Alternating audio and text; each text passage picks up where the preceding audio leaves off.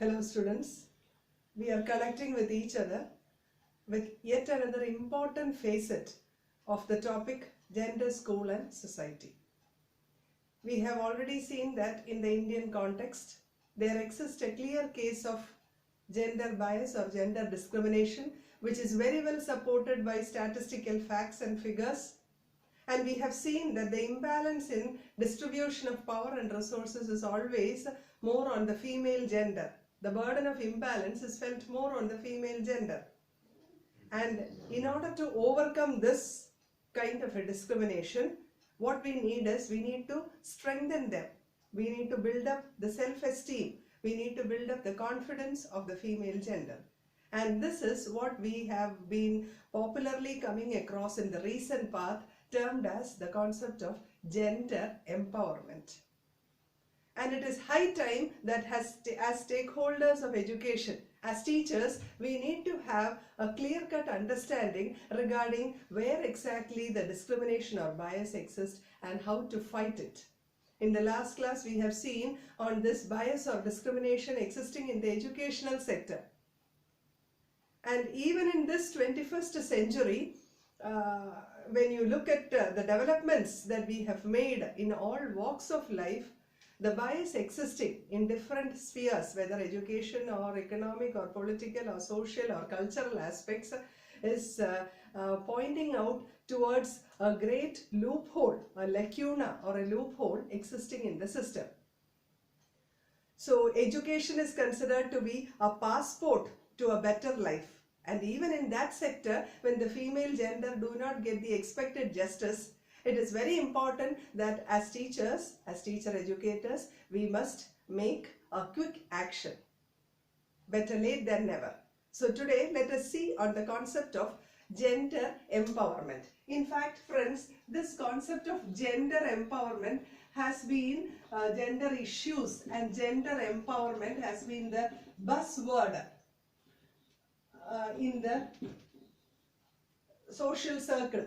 We have been talking too much in the past decade. What are the different gender issues in prevalence in the society? What is meant by gender empowerment? All these has been very much in discussion.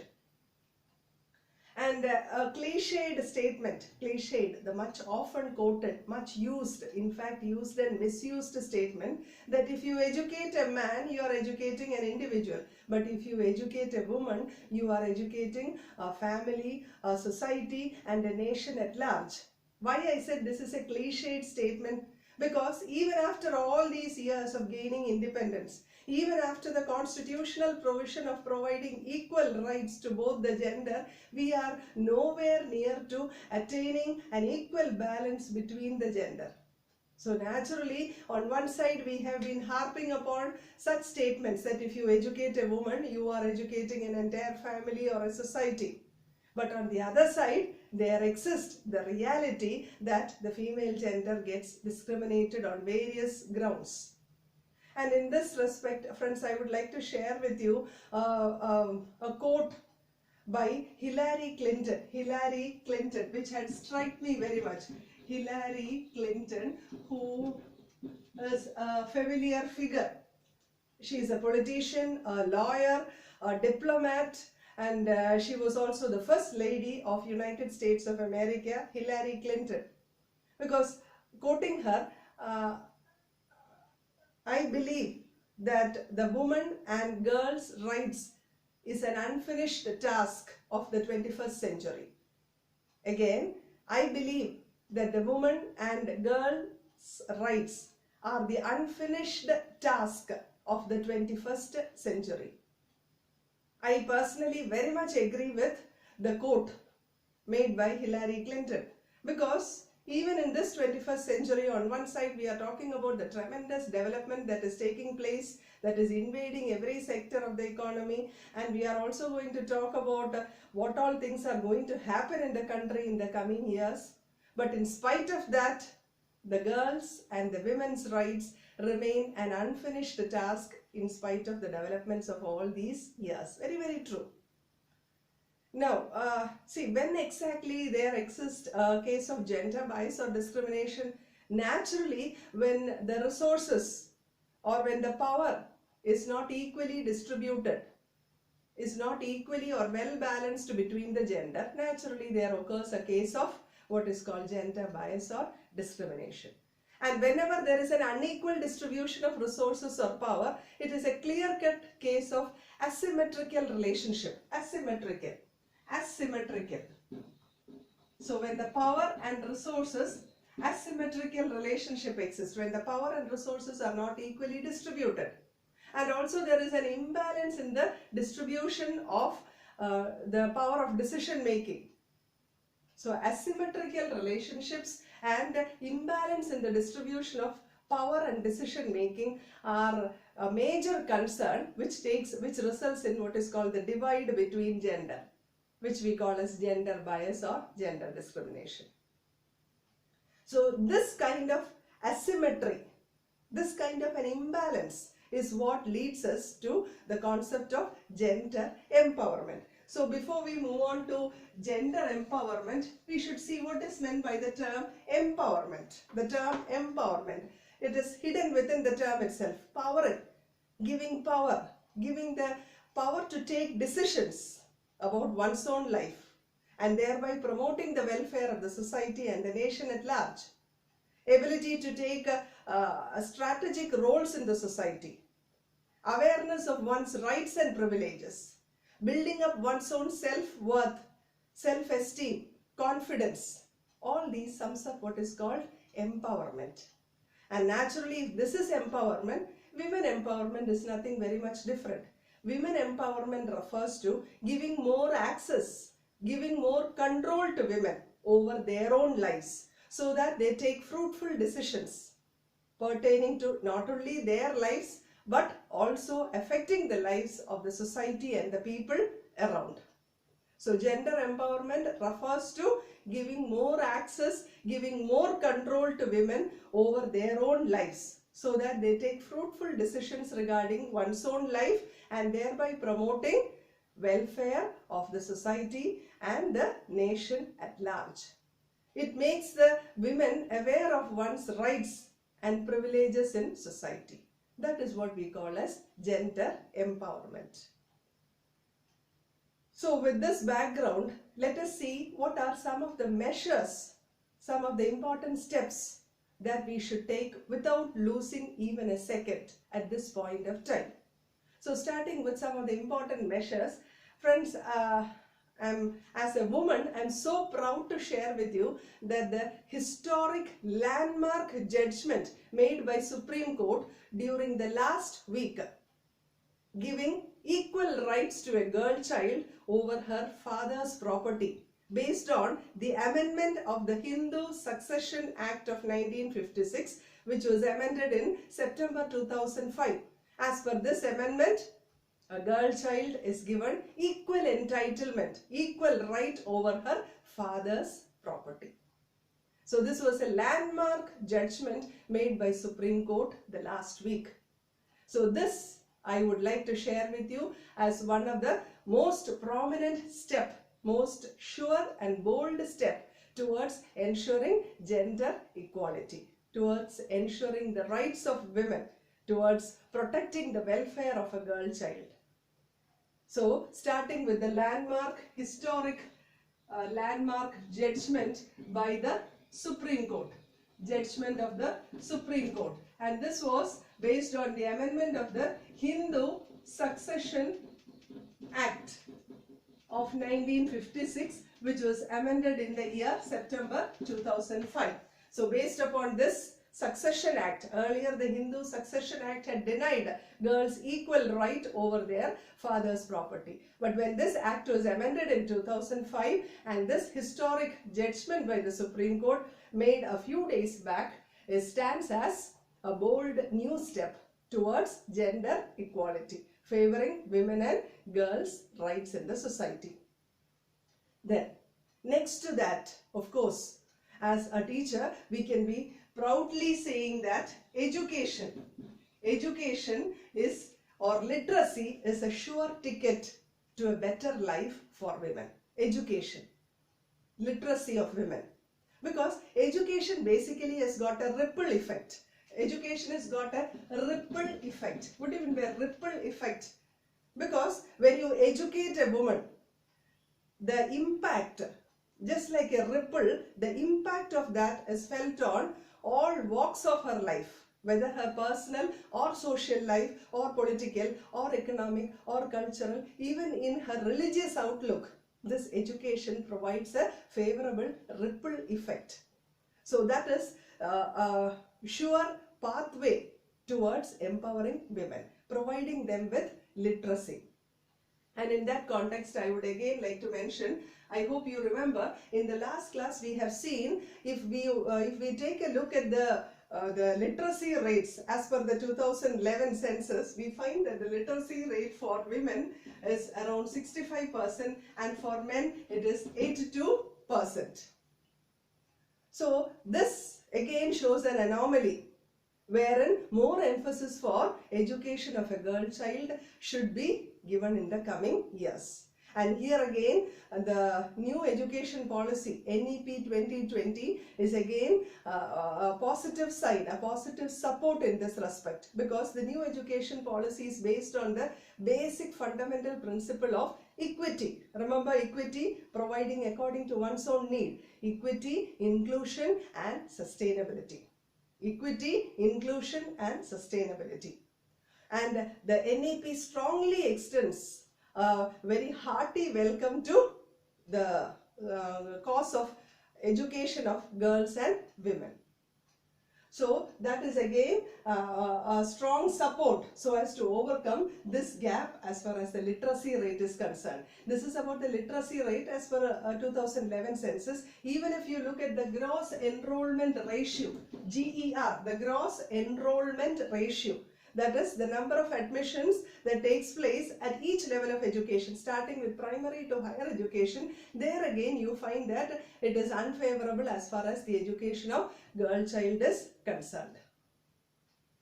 So that is again an important aspect where attention has to be given by policy makers, that is to improve upon the literacy rates of women and girl child. Then yet another factor,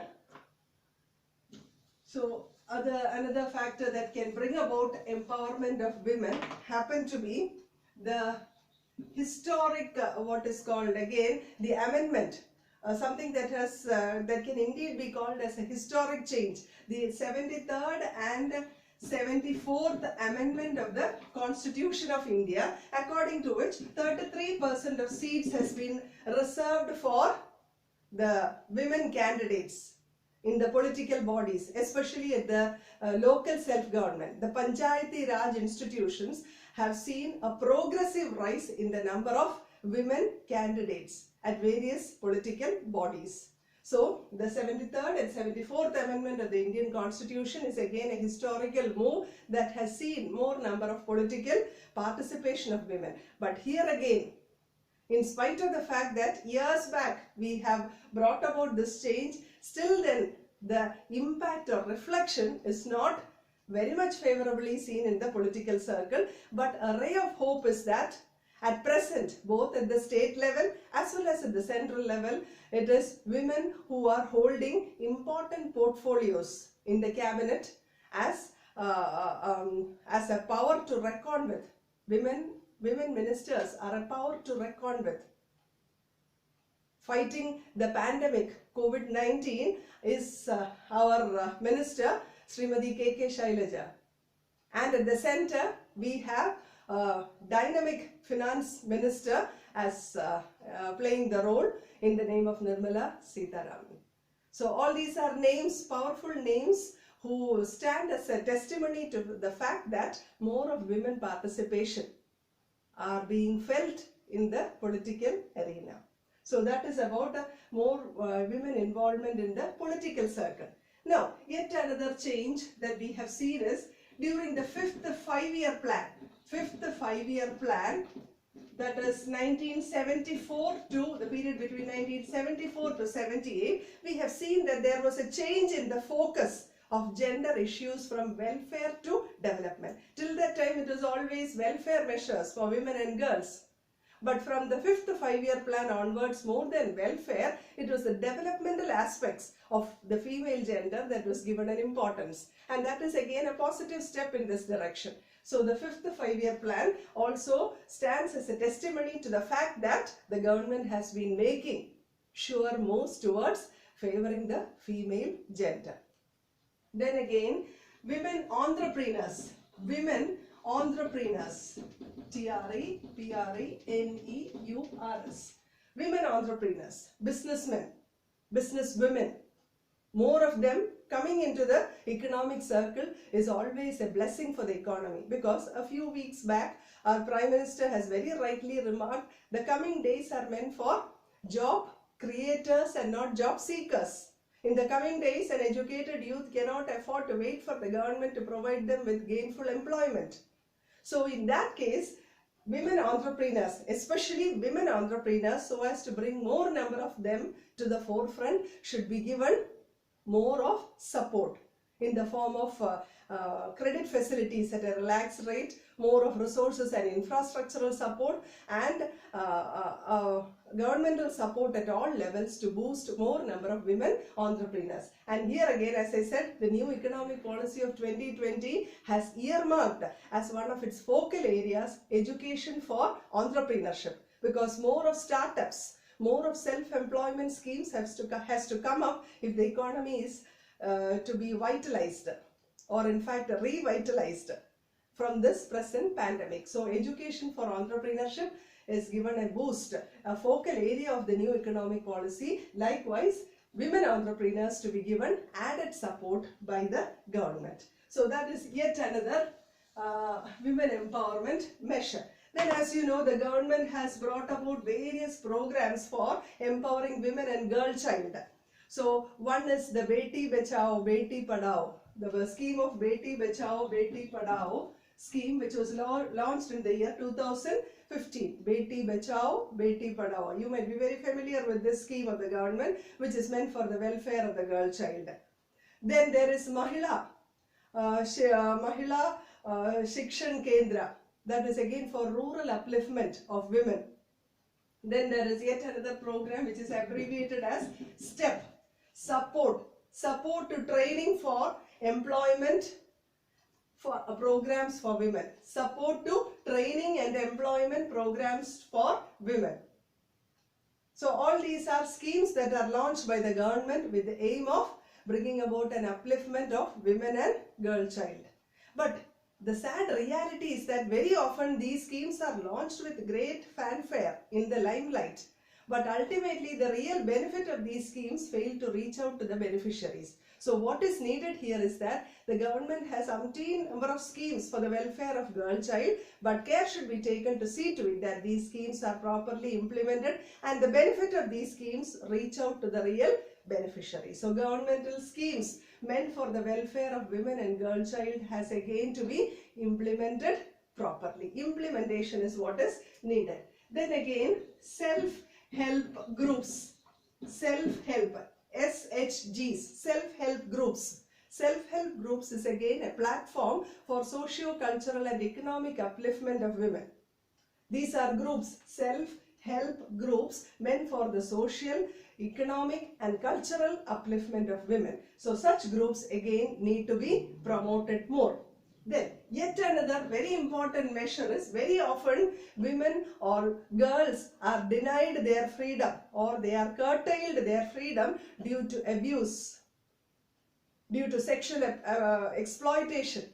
So stringent measures are in existence. I'm not going to say that stringent measures should be applied. These measures are in existence, but it should be seen by the government that there should not be any loopholes left, so that not even a single culprit should go or should escape the hands of law.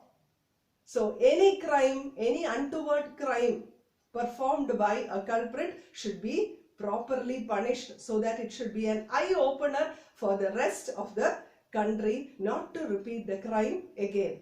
So this is a sad reality. In spite of the fact that there are proper evidence, proper proof, I'm sorry to say that very often the real culprits very easily they slip away they slip away from the hands of justice. So that should be properly taken care of. So these are some of the women empowerment measures that are urgently to be taken if women empowerment is to become a reality. So with these words, let me bid a goodbye to you, friends, for the time being.